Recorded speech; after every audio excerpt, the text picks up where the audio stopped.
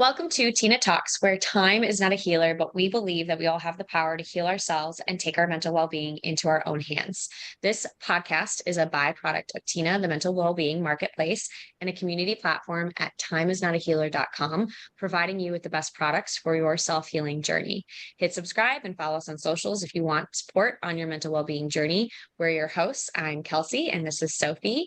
And this episode is all about how we deal with someone that is struggling with mental health, watching someone we care about that really is struggling, and how do we approach that situation. So, Sophie, how are you doing? How's it going? I'm good. How are you? Good, living the high life. Been to a festival all weekend. That sounds great fun. Yes. Yes, yeah. I went to a festival last week, and these guys, for who's listening, I went to Electric Forest. Wonderful community, a great experience. Highly recommend, especially if you want to get a little out of your comfort zone, listen to some good music, and meet some fantastic people. But I don't know why I'm promoting Electric Forest, but I had a great time. Not You've associated got to with them promote at all. things that you love, especially if it helps you in any way, like to decompress, release, have a great time. Oh yeah, dancing is a good way to decompress, and I danced Yeah, my little booty off.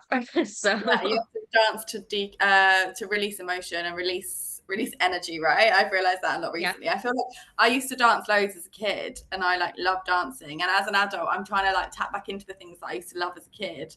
And I feel Yeah. like dancing is definitely something that I need to get back into.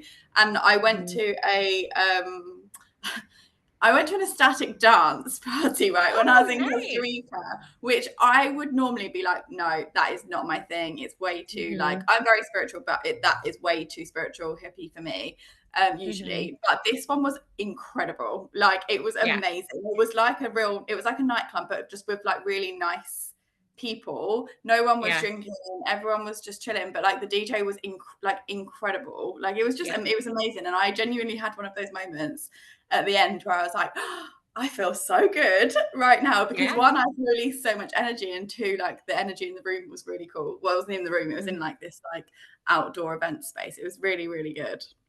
Yeah. For people who don't know, ecstatic dance is usually an event. It's a sober event. They do not serve alcohol. You're not supposed to go to it drinking or any of that stuff. You go sober, and it's like very tribal based electronic kind of tech music. And it's all about shaking off the vibes, like getting the emotions that are stuck in your body out of your body. And I usually, depending on the event, they say like no talking on the dance floor. So you're not supposed to necessarily Oh, be engaging in conversation. It's just purely dance. But it depends from event to event. I've been to a couple of ecstatic dances. It's like it's hard to get out of your comfort zone. Go sober, start well, dancing, kind of get down.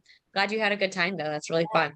it's really good. It was really good. But yeah, I Yeah. feel like that would be a good segue into thinking about like ways to help people. Like Yeah. it's releasing energy, right? I know we want to start like by talking about like how do we kind of understand and educate ourselves around like to know when somebody else is struggling. So we'll come back to that. We'll circle back on the ecstatic dance Yeah. and like, energy releasing, etc. But I think, yeah. Do you wanna go into like maybe from your Yeah. background perspective, like what kind of things do we need to look out for if to know if somebody might be struggling with their mental health? Yeah. So, I mean, at the end of the day, guys, right? Like, we never really know what's going on with others. Mental health issues they're not visible things like a broken arm or, stitches or feeling super, super ill, like with a cold or a flu. It's not super visible. And so, um, it can be really hard to see when someone we care about is struggling with mental health. And so the very first thing is that educating ourselves is key. We need to educate ourselves so that we can understand and have awareness around like what someone might be struggling with in order to then take action about it, right? Because it's really paying attention to those low key subtle kind of behaviors or interactions, and then being able to communicate about it, right? A lot of typical signs for people, because it's uncomfortable to approach someone to talk about it.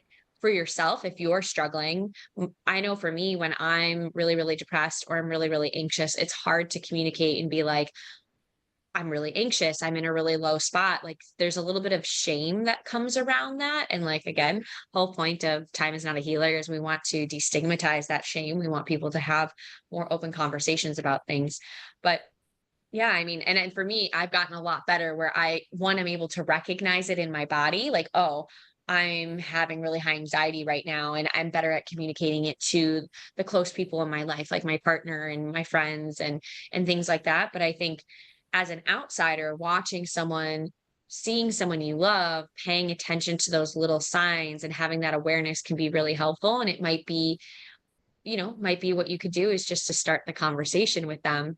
Um, but certain things like behaviors that are a sign of there might be something deeper happening. Basic ones are like really drastic changes in sleep or appetite, withdrawal from social interactions. Now, don't get me wrong, I'm 33 and I love socializing. I'm an extroverted person, but I find myself being more and more introverted, liking the comfort of my couch, my dogs, my boyfriend, and like hanging out at home.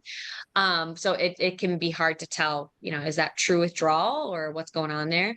But like, but a combination, right? Problems of functioning at work or at school, noticing like chronic anger issues, extreme mood swings, excessive worrying, a disconnection from reality.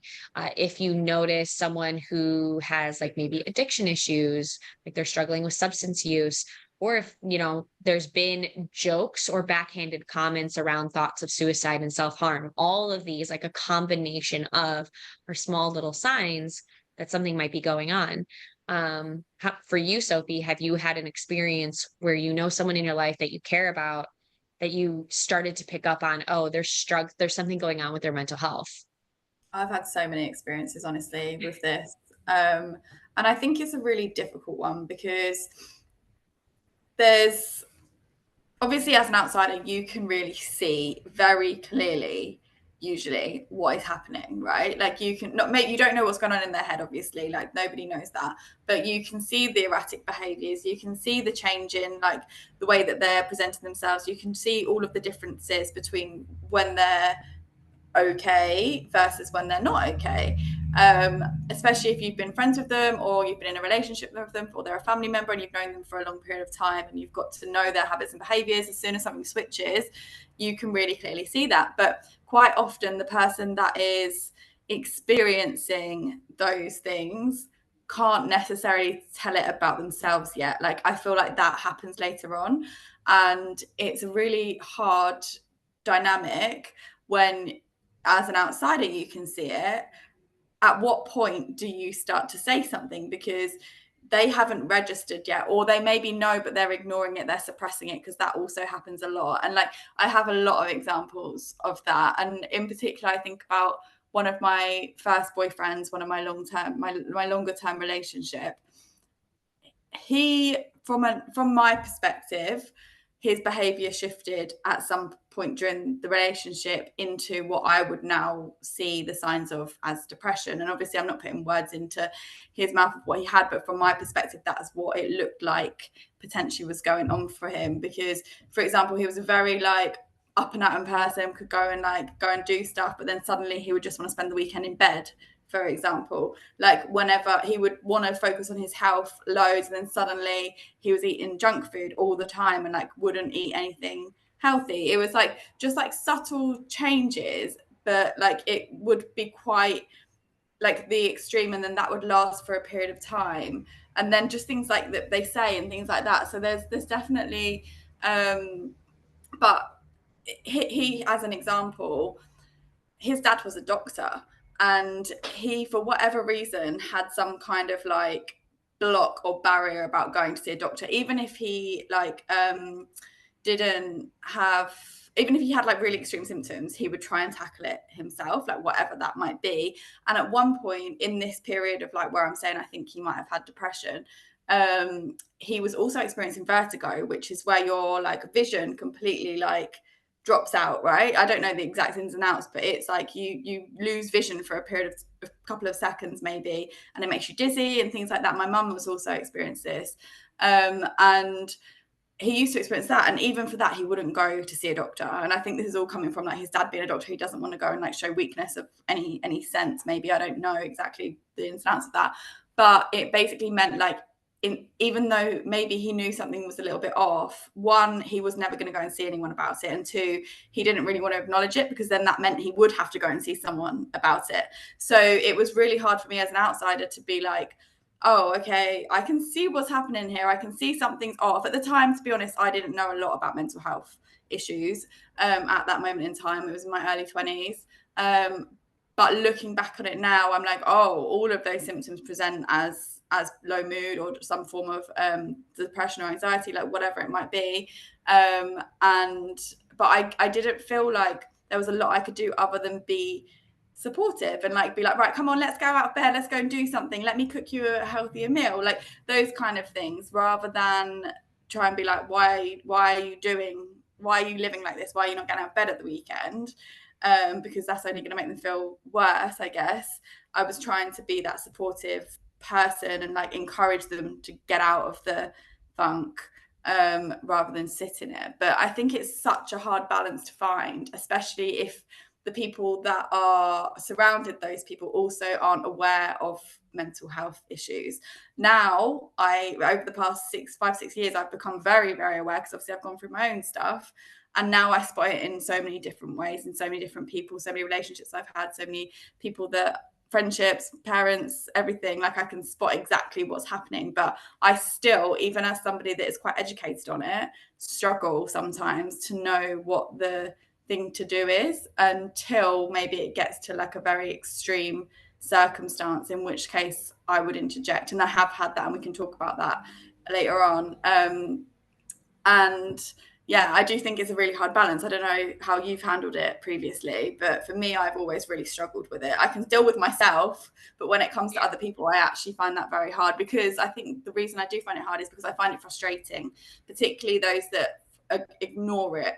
Because I think quite Hmm. often people know what's happening for themselves and they choose to not do anything about it. And for me, I'm such Yeah. a like, let's fix the problem kind of person, or Yeah. find a solution for it kind of person. Whereas I know a lot of people just sit in it, and I find that really annoying, to be perfectly honest with you. In Yeah. low moderate cases, I'm not saying like somebody that's like Right. um, very, very severely depressed, on the borderline suicidal. But when you can see that they're conscious of it and they don't do anything to Yeah. change it, for me, that's like very frustrating. So I think it's a really fine line of like, how do you help, or how do you try Yeah. and figure out the situation with them?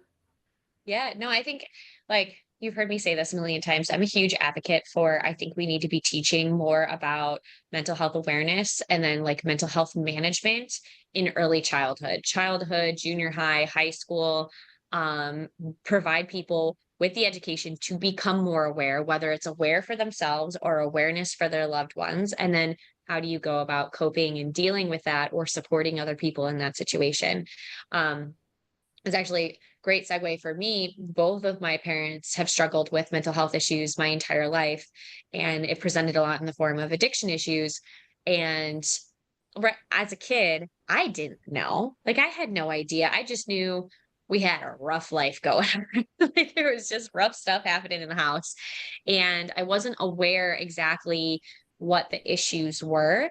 And then I think I talked about this in another episode, but I ended up, studying psych, and I went into the psych field. I didn't go into the psych field because of my history and my family. I just fell in love with the science behind psychology. My first psych course was the psychology of learning a second language. I fell in love. So I was like, dope, I'm going to do this. And I did, then I did the prerequisites for them for the major.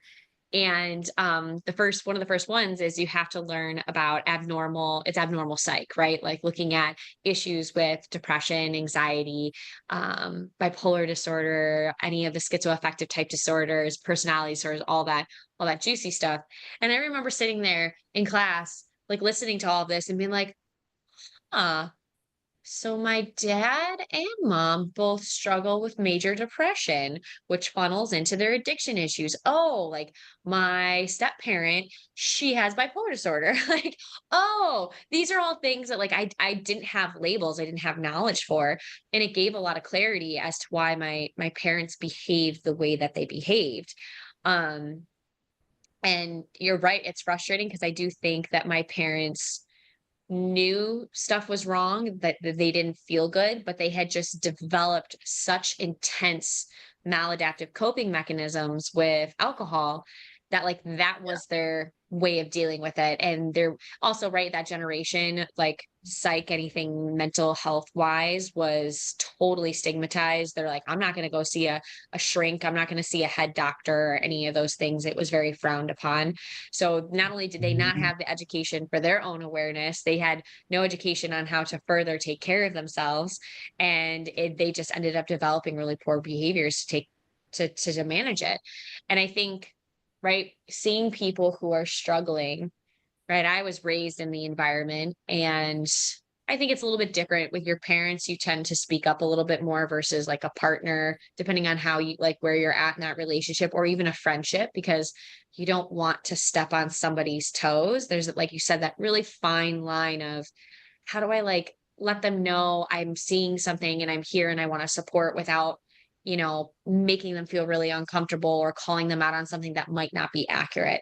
And so I think the Yeah. hardest part is often starting the conversation. And for me, with my parents, mine's a little convoluted. I had to start the conversation in order to set up boundaries to protect myself, just because there was a lot of bad things happening. Um, just a lot of abuse, verbal, emotional, all of that that was directed towards me because my parents were angry with each other and they didn't know how to cope and deal with really crappy experiences that they had in their life. And so I started the conversation out of a need for safety, a need to protect myself, a need to speak up and like kind of be heard. And that would be like an extreme case, right? I think with people where it's not extreme, it's a fine line of, I would say, right, because I worked in the field and I was a behavioral specialist. I think asking questions to really, I don't say get to know a person because, right, it's probably a friend of yours or it's probably a significant other or whatever, but like really genuinely asking questions to hear what's going on in this person's head, what's going on in their life, how are they feeling, and then listening. And I think that really empathetic listening opens up the door at some point for them to share something, to feel that they can be safe in being vulnerable, and then being able to share, like I'm here for you, I want to help you, or how, like, what's going on, like tell me what's really happening.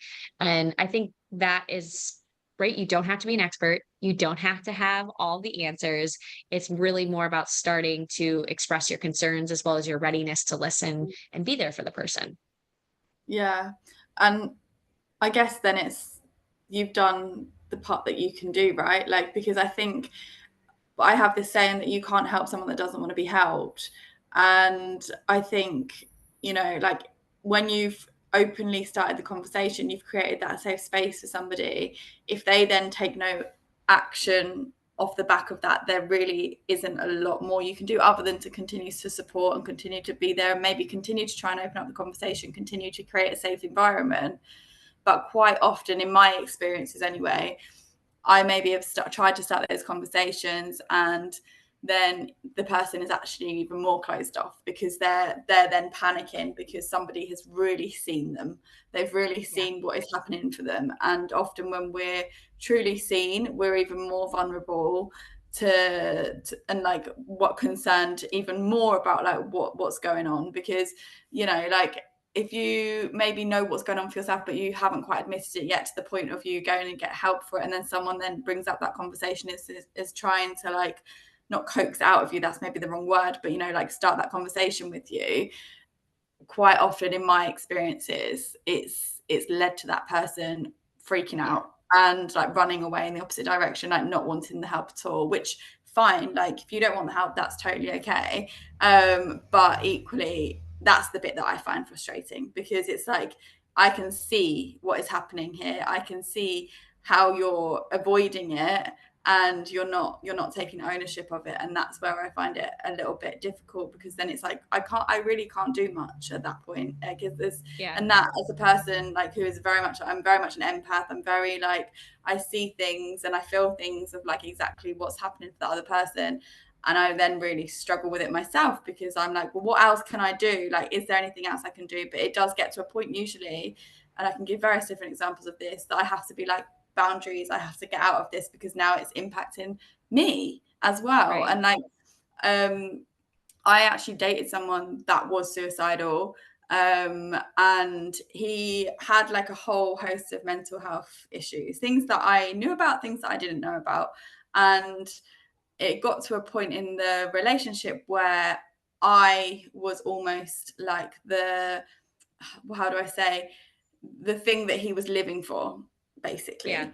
And that was not healthy for me. And I didn't really understand at the time. I was still very early on in my like mental health journey. And I got it to a certain degree, but then there were things that I didn't really understand as well.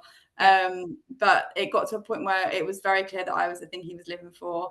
And then I became so fearful of doing anything that would maybe tip him over the edge, or like saying anything. And Yeah. I'd already had these conversations. I'd done exactly what you've just said. Like, I'd tried to bring up the conversations. I'd tried to talk about the things, and like try and suggest things that maybe he could go and do.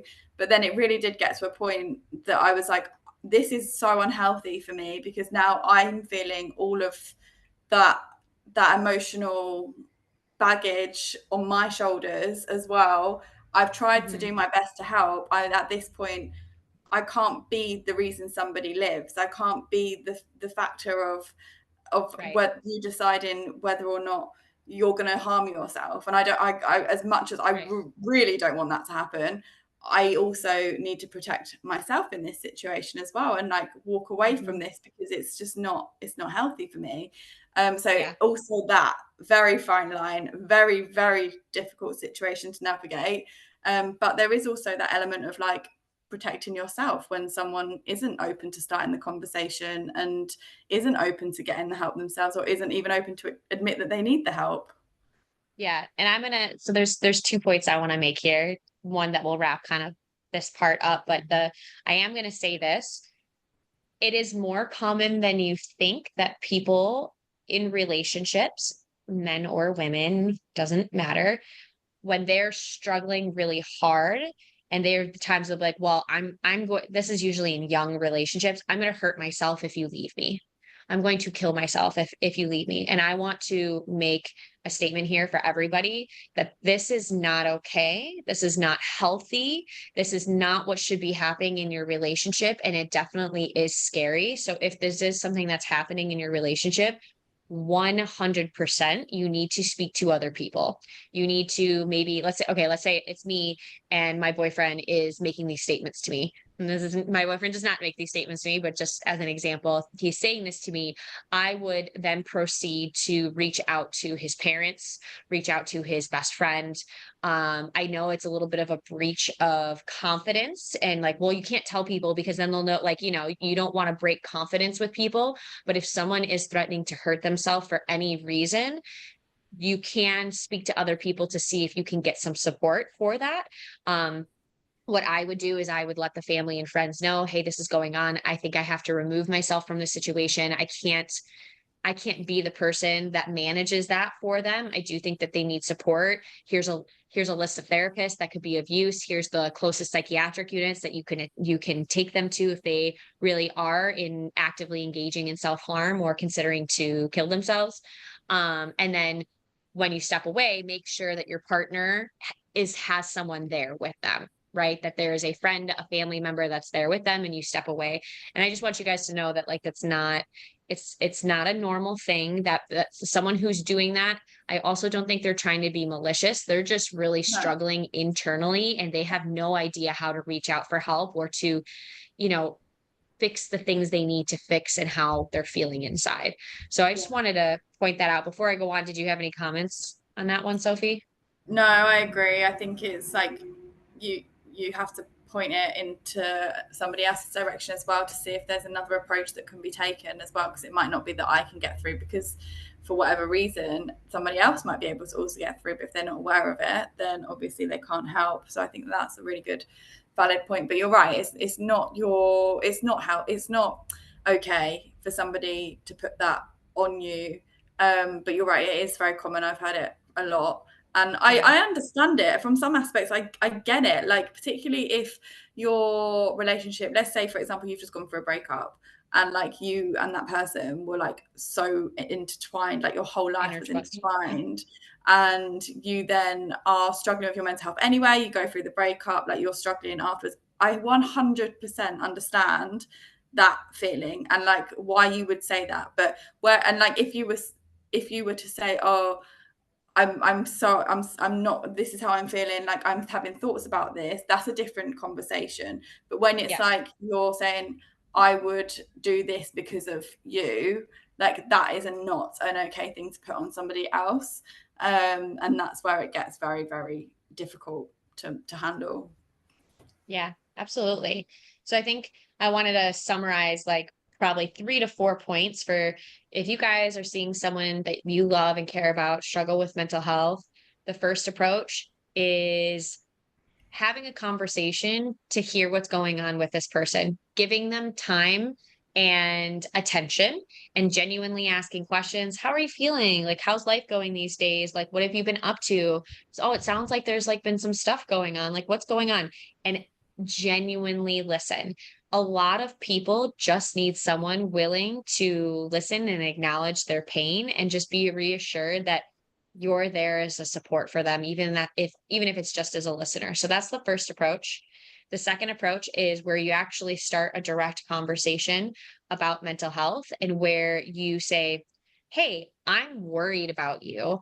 I'd like you to consider you like talking to a counselor. And so with this direct conversation, our recommendation is to always use I statements and not you statements, right? A you statement would be like, you need to, you should, and this is like, right? We should never, as I say it, we it's worse when we should on ourselves, right?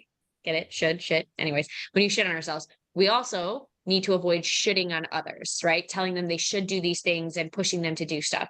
It comes out very differently when you say, hey, I'm really scared about what's been going on with you lately. I'm really worried about you. I'd really like you to consider getting some support and talking to a counselor. So that's point number two, making sure you're emphasizing your feelings, where you're coming from, and not pushing them and saying you. The third part is actually taking active action. If you feel like you are in a place to do this and you can support someone, you can offer, hey, let me help you seek out resources. We can go on psychologytoday.com and go to the directory and put in all the information of what you're struggling with, what your insurance is, and I'll help you form a list of therapists that are online and accessible within your area, right? Let me help you do that. Maybe you need to have a conversation with your parents and you're struggling to do that, or to have a conversation with your partner. I'd be happy to like be a support in that conversation if that's something you're comfortable with, right? There are different ways of offering support other than listening. And I think that the fourth point is understanding that at the end of the day, we are not responsible for the trauma that happens to us, but we are responsible for the healing that comes after. And so it is not your responsibility to fix other people. It's not your responsibility to fix your parents, fix your partner, fix your friends. You can be a support to them and you can, give your attention, time, and space. But at the end of the day, if it's starting to affect you in an unhealthy way, even if you've spoken up about it, know that like yes, it's scary, but also there's nothing wrong with removing yourself from that situation. And so I think this is a great segue into what do we do when the people we care and love about who are struggling with mental health, what do we do when they can't or won't help themselves? Mm. What do you think? What do you do, Sophie? Because I know you've had a couple experiences. Yeah, I've had experiences with this in different ways. And just to go back to something that you just said, you mentioned like obviously when like saying to somebody you're worried about them and like I want to help you.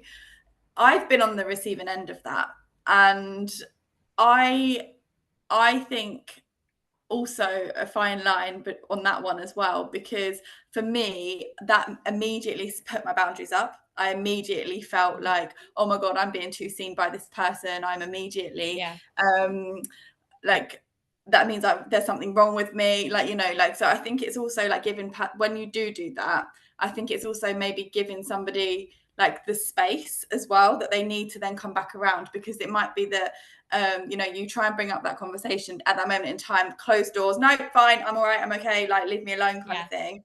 But then like a couple of hours, couple of days, couple of weeks later, maybe even a year later, you never know, sometimes that Yeah. person will come back around and be like, do you know what, I know that you're a safe person I can come and speak to.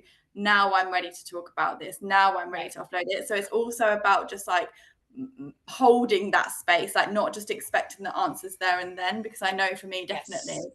whenever someone's done that for me, I'm immediately like, I'm fine, like leave me Yeah. You get, alone. Maybe not anymore, now I'm way more open, but like way back when I did suppress my emotions, when I wasn't able to communicate how I was feeling, like I've come a long way. Like the way I speak about mental health now was definitely not the way that I spoke about different. it 7-8 years ago. And the way that I talk about and express my feelings on things, 100%, I've only started doing that in the past 2 to 3 years. So I think it is important to just recognize that somebody won't be willing to talk straight away sometimes, but you can still hold the space, Yeah. remind them that you're there, and then when they're ready, they'll come back to you. And going back into I know. what we do Great when caveat. what we do when someone won't help themselves. I've had loads of examples of that happening, for Yeah. example. So it's like, okay, I might put myself out there. I actually had I've had this in so many different like relationships, so many different friendships, where it's like, okay, I know that something's going on for you. I'm gonna open the space here to give you a safe space. And then immediately there's nothing to be said, like there's nothing that they say, but then maybe a couple of weeks later they come back around and then they'll be open to starting the conversation, and then it's like, okay, well, what do you think I should do? And that's when you can jump in and try and help. But if it's a Hmm. case of like when someone won't and can't help themselves, again, I've had loads of experiences with this, I really do think the biggest thing here is your own boundaries and your own limit of like what it is that you can and can't tolerate.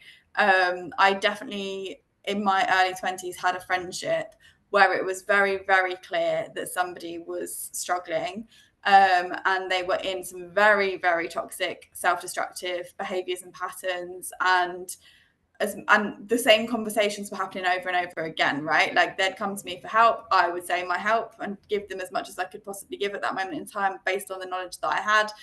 But then the same thing would repeat itself and repeat itself and Right. repeat itself to the point of like maybe 2-3 years down the line, I was still saying the The same same thing. stuff. And at that point, I was like, this is impacting my mental health. This is impacting our relationship and our friendship. I can no longer be that support for you in this topic anymore. So it did get to a point where it came to a head, and I Yeah. was like, look, I've given you all the information, I've given you all the help. You're still talking about the same thing. Like, you're not doing anything about it. Nothing's changed in the past 2 years, but we're still having the repeat conversations. I'm sorry, but I can't offer you any more advice about this anymore, and I'm sorry, but I don't want to speak about this subject anymore because it was Yeah. just getting too much for me. And I know a lot of people will listen to that and be like, yeah, but she was your friend, like why don't you want to support her? And it's like, I can't, I don't have the capacity for that anymore. I'm sorry, I've tried, but like now it's this person's responsibility to take ownership of those actions, and they did, but it took Yeah. them a lot longer, and they took a lot longer. But in the moment, I've been there for 2.5 years, like trying to help, trying to be a support, and trying to help them fix the problem. And I could not do that anymore because they weren't taking the advice. They weren't Yeah. doing anything to help themselves in any way. So it was like, I'm sorry, but I have to step away now. This isn't healthy for Yeah. me. Yeah. No, I mean, sometimes you've got to speak up for yourself. And I couldn't agree with you more. It's about setting boundaries to protect yourself. I had a very prolific therapy session. God, I think I was in high school. So I must have been like 16. And this is when I was like in the shit with my parents, right? I had to move out of my dad's house at 16. I ended up on my own because like things were just too unhealthy and unsafe in the household. And my mom was not in a place to take me in. I hadn't lived with her since I was like 5, and she still had some pretty bad drinking issues, and my dad's drinking issues were accelerating.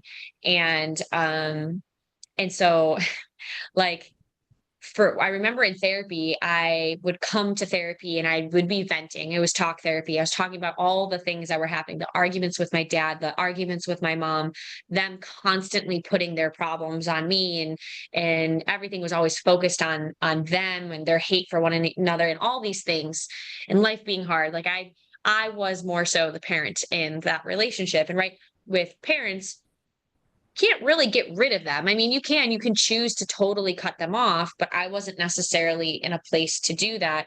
My dad had done a lot of wonderful things for me outside of all of his messed up behaviors. Um, my mom, I wanted a genuine relationship with her despite all of her behaviors. And my therapist explained to me, and I was very angry about it at the time when she explained it, but the concept is that some people are just not capable of meeting us where they're, quote, supposed to, end quote. And what I mean by that is, like, when you think of a mom, you're like, you're my mom. You should support and care and protect me from the dangers of the world. You're my dad. You should do these things, right? Like, that's the expectation of a parent. But as crappy as it is, some people are not able to meet you there. And my therapist said, when you continue to have those expectations, despite seeing what their behaviors are, it's like you're hitting your head up against a wall and then going like, oh, why is my head bleeding? Right? Like, it comes to a Yeah. point where you have to focus on what is within your control. Um, I think with my parents, this is a really good example, and it fits in nicely with psych. So have you heard of Pavlov's dog? Do you know Pavlov's dog? So this is a really famous experiment in psychology, and basically it's about association. And so Pavlov had a dog where he was training. So like every time he gave him a treat or food, he'd ring a bell, and then the dog would start to salivate and then eat the treat or food. He started to remove the food but ring the bell, and the dog would continue to salivate. So it was a trigger, right? Like noticing, oh, the bell would ring and it would evoke a particular response. I always joke around that I Pavlov dogged my parents' asses because all right, I'm out of the house, I'm 16, I'm on my own, and then I go away to school. But anytime I talked to my parents on the phone, it was a constant just battering of like my mom talking crap about my dad and being upset and talking about all past things that like I was a kid. It was not my responsibility. I had nothing to do with. And same for my dad. My dad would do the same about my mom. So eventually I started saying like, okay, if you continue this conversation talking about dad in this way or talking about dad at all, I'm going to hang up the phone. And then she would, I'd be like, I'm giving you another warning. And she would continue to do it. Click, hang up. I did the same to both of my parents. I did this for months. So that anytime they brought up the other person, I'm like, I'm going to hang up the phone, click, done. And then eventually they picked up the trigger that like they could not talk about the other. If they wanted to talk to me about anything else, they could not be talking about those topics. And so they stopped kind of bitching about the other parents when they were on the phone with me. It took months for me to kind of like quote unquote train them, but like that was me putting a boundary in place. My mom, for example, there was a period of time in college where I made the boundary, I would not answer her phone calls after 5 p.m. because I knew she would potentially be having drinks. And I just didn't have the emotional capacity to deal with it. And like all of our conversations would go bad and it would become arguments and they would just turn nasty and it was just not good. So I just wouldn't answer her calls after 5 o'clock. There's a lot of different little boundaries that I had to put into place to protect myself while still maintaining a relationship. And I know people can absolutely choose to completely cut off that relationship. You can decide, and I want to emphasize this for people, you are not bad or wrong for cutting ties with your family. There is no law, there is no rule that you have to maintain relationships with people just because they're blood, especially if they're hurting you, right?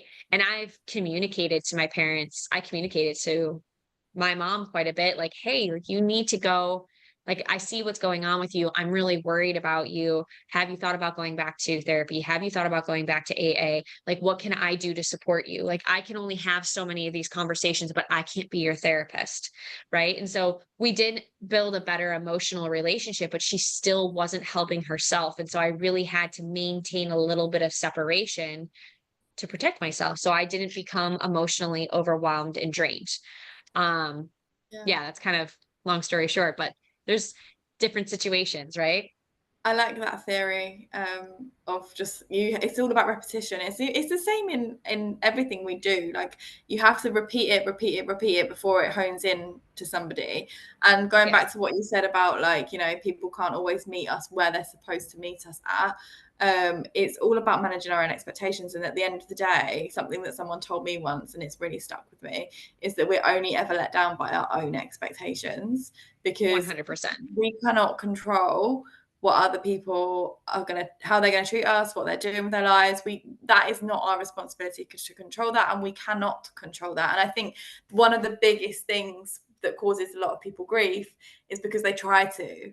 And I'm guilty of Yeah. that. I've 100% tried to do that in the past, like 1,000,000%. I think we all do when we're not educated on how. Yeah. When the problem is exactly what you said at the beginning, like we're not educated on psychology at school. We're not educated on how people No. express emotions. We're not educated on like other people's body like language, etc. So it's a natural thing to want to do that and want to control, especially if Mhm. you think you know better, or you think you can see it from a different point of view, or you've gone through the experience yourself and you know what works for you. That would be like us, for example, saying, TINAH, every product on TINAH is going to work for every single person because we've tried it. We know that it works. Like, no, that's not how it's going to work. Like, we're offering a selection of products to people, and it's going to work. Some are going to work for some are going to work for others. Some might not work at all for you. Like, we can't guarantee that for you, but unless you try and do Try. it, you're never going to know. So it's like, okay, like trying to, yeah, not control your situation, trying to manage your own expectations. I think that's the only thing you can really do when somebody Yeah. isn't going to help themselves, basically. Yeah. And I want to, very well said. And I want to add on to that, right? Like I studied psychology. I worked in the field. I've spent a many years. I'm 33. I've spent a huge chunk of my life managing other people's emotions, like my parents and things like that, and having to put up boundaries and deal with that, right? Like I've done that. Yes, it's about the expectations that you set. And so even though I logically am aware, like unfortunately, I can't expect certain things from my mom. I can't expect certain things from my dad. And now both of my parents are passed. I I still internally, I want people to know this, that even when you are logically aware and you understand, well, like crap, this person's just not capable of meeting me where I'm at, it still hurts. Like emotionally, deeply, it's like, well, I want my mom to be a mom. I want my dad to be my dad. I want my partner to be my partner and a friend to show up as a friend. We still want those things. And I think it's important to recognize like it's okay to feel emotionally hurt and disappointed. And it's taken me years to really let that expectation go. I've done really well, but now it's a whole different sense, right? Because my mom passed last year. My dad's been gone since 2015. I still have my moments. There's a lot of things that are unanswered that I will never get answers for, that there will never be closure for. And so I still hold on to like, not that they're expectations, but I'm mad about it. I'm mad that my expectations were never met, that the closure never came. And that's a whole nother series of emotions and things that I have to learn to deal with. But that's my responsibility. And I'm not going to repeatedly dump that on someone. Now, do I go to my partner and I talk to him about it? Like when I'm in my feels? Absolutely. Do I talk to one of my best friends about it? Absolutely. And I know I have outlets for that. And so I think, right, it's like finding that support or being willing, like the fact that my friends and my boyfriend, they offer their support. Hey, how are you doing? I know it's around the anniversary of your mom passing. Like, are you doing okay? It makes the world of difference, even though, logically, I know I shouldn't have expectations about stuff, but the feelings are still there. And so that's why it's really important to offer that support, that space, to be aware for yourself, aware for other people. I just wanted to add that on the end so that people don't feel like, right, because the emotions about it still really suck. 100%. I think it's one of the most hard emotions actually you can try and process, because it's like, although yeah, you set the expectation, you set the precedent, Yeah. like those people still were supposed, quote unquote, to meet you where they were supposed to meet you. And it's like, like especially if, I don't know, it's a really hard one. We should actually do an episode on that in itself. But Yeah, um, letting go of expectations for yeah, yourself letting everything and go. your Like, and I, sanity. I would say I'm in a process of this at the moment, because I feel like there's a lot of things in my life that I have to let go of to move into the next phase of my life. And letting go, it's like, how on earth, who is there a rule book? Is there a manual somewhere that I can read on like how you let go? Because I would love that if it exists. If not, I'm gonna have to create it if and when I get over the things that I need to, like, I learn how Yeah. to let go. But it's very much like, okay, you really have to do a lot of talking to yourself, I think, and a lot of like inner work in order to release Yeah. expectations, release any hurt or any anger or any feelings, but ultimately it's valid for you to feel them. So it's like, Yeah. again, another thing which is a really fine balance. It's like, you can't sit in it forever, because then you're just going to be miserable thinking about it forever. At some point you really do need to release it in some way, whatever that means to Yeah. you. But at the same time, you have to process the emotion. You have to feel that feels.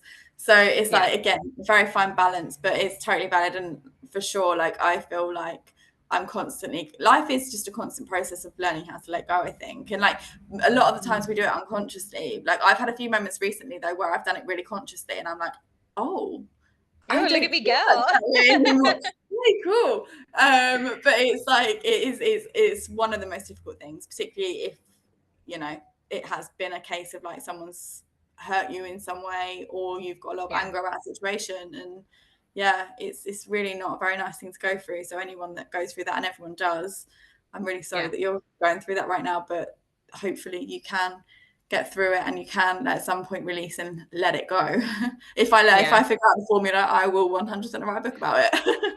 I think just from my experience in the psych field, it's two things. How you go about it, there's a million different ways to do each of those two things. But I would say the two things are acknowledging and feeling your feels, feeling your emotions. That needs to for sure happen. You need to sit in the suck for a minute. You need to let yourself feel the crappiness. And then the second part is cognitive reframing, right? Because you said it's all about how you talk to yourself. We have certain beliefs and belief patterns that we get stuck on, which is a lot of where those expectations get held in those thought processes, and being able to adjust them so that they're more supportive and encouraging for the version of life that we want to have, or the version of the person we want to be. And it's a combination of those two things, and doing it repeatedly and making a routine out of it, and really changing those neural pathways that were set in with those previous expectations. And it takes work. And I think that's the hard part. Like, one of the hardest parts about struggling with mental health, whether you see someone else doing it or you're struggling yourself, is being able to put in the work for long standing changes, and having greater mental health and like wellness, mental wellness. But yeah, I don't know. I think we will definitely have to do a topic on letting go.